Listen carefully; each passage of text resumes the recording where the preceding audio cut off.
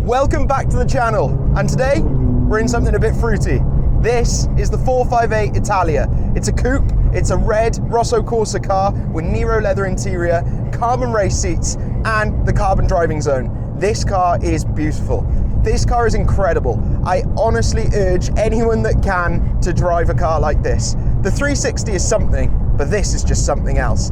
I honestly believe if people drive a double clutch like this, all of a sudden you'll leave your manuals behind. And I know the 360 is rare, but this just gives you something else. So currently the sound you're hearing is in wet mode.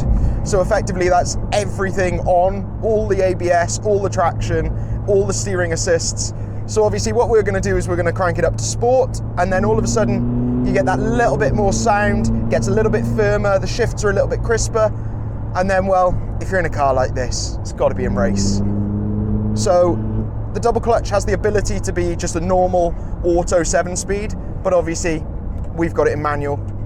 So as we're driving through the countryside, we can really hear that volume.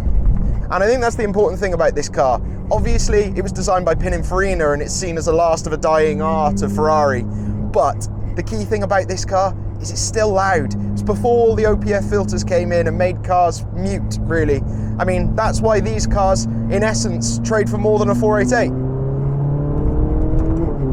The 488 may be quicker, it may objectively look a little bit better, but it lost a little bit of that spark. And that's because effectively they went from a 4.5 litre to I believe a 3.8, and then they turbocharged it. Well, this is NA, and this is NA goodness.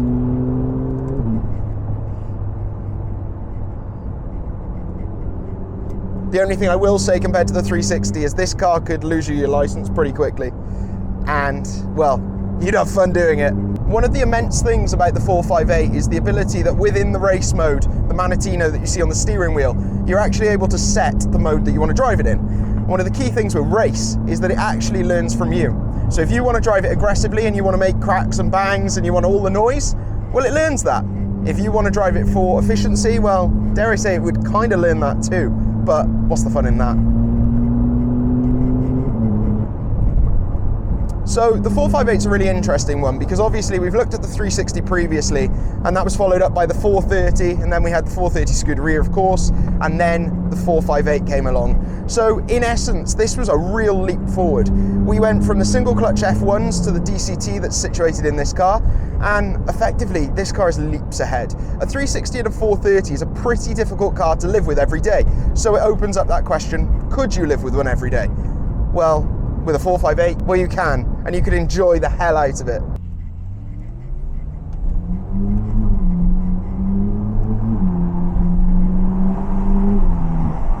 Talking about how dailyable a car is, well, that was one of the key things that I mentioned about this car, is the fact with the dual clutch, you could drive it anywhere. This car isn't like the Ferraris of old. You don't have to worry about the oil pressure, you don't have to worry about the temps, you just have to enjoy driving it. One of the key things that comes with that is maintenance. So obviously I've spoke about the Ferrari 360. Ferrari 360 in the time that I've owned it, all together with, you know, costs and nice to haves, has actually cost me around about £8,900. Key thing with this car is it's pretty much been servicing. And one of the key things about the servicing is you have 7 years warranty and servicing. So up until about 2017, this wouldn't have cost a penny apart from road tax and insurance, which is an incredible thing.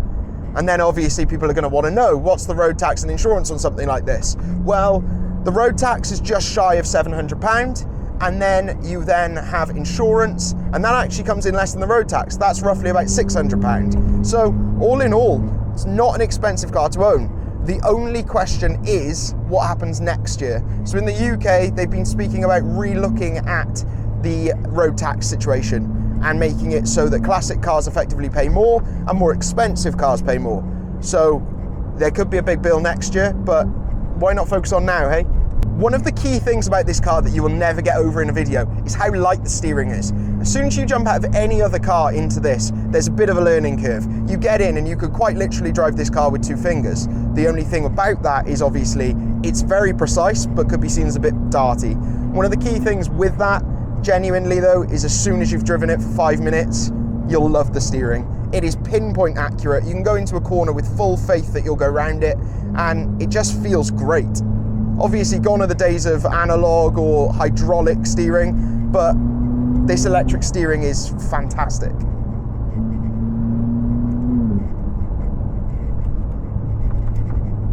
One key thing as I'm coming up to a narrow bridge is that over the 360, this car feels much, much wider. So there's certain points in life where you wince. I mean, one time we took it up to Brecon and we were driving through the beautiful Welsh countryside till we got down a hill to a bridge and the car was wider than the bridge was. So we had to reverse like 1/4 of a mile up a hill.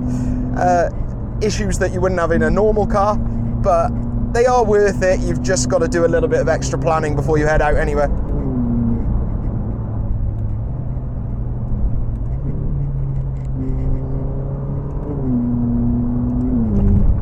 So I guess for those that aren't all-encompassing Ferrari fans, where does this car fit in? Well, this car traditionally was started with the Dino.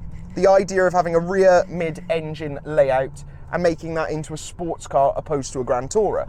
So it started with something like the Dino, it went through to the 308, the Mondial, the 328, the 348, the 355, the 360, the 458 and 430, obviously in their respective orders. I've just kind of listed them as I can think of them. And well, it was leaps ahead of all of them. This car is fantastic. And to be honest, driving it on the roads just feels so special. So I suppose that's it for the video.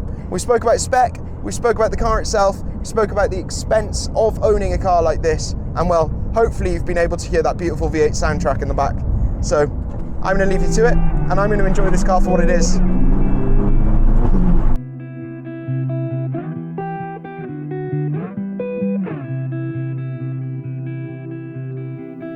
Running low on the borderlines,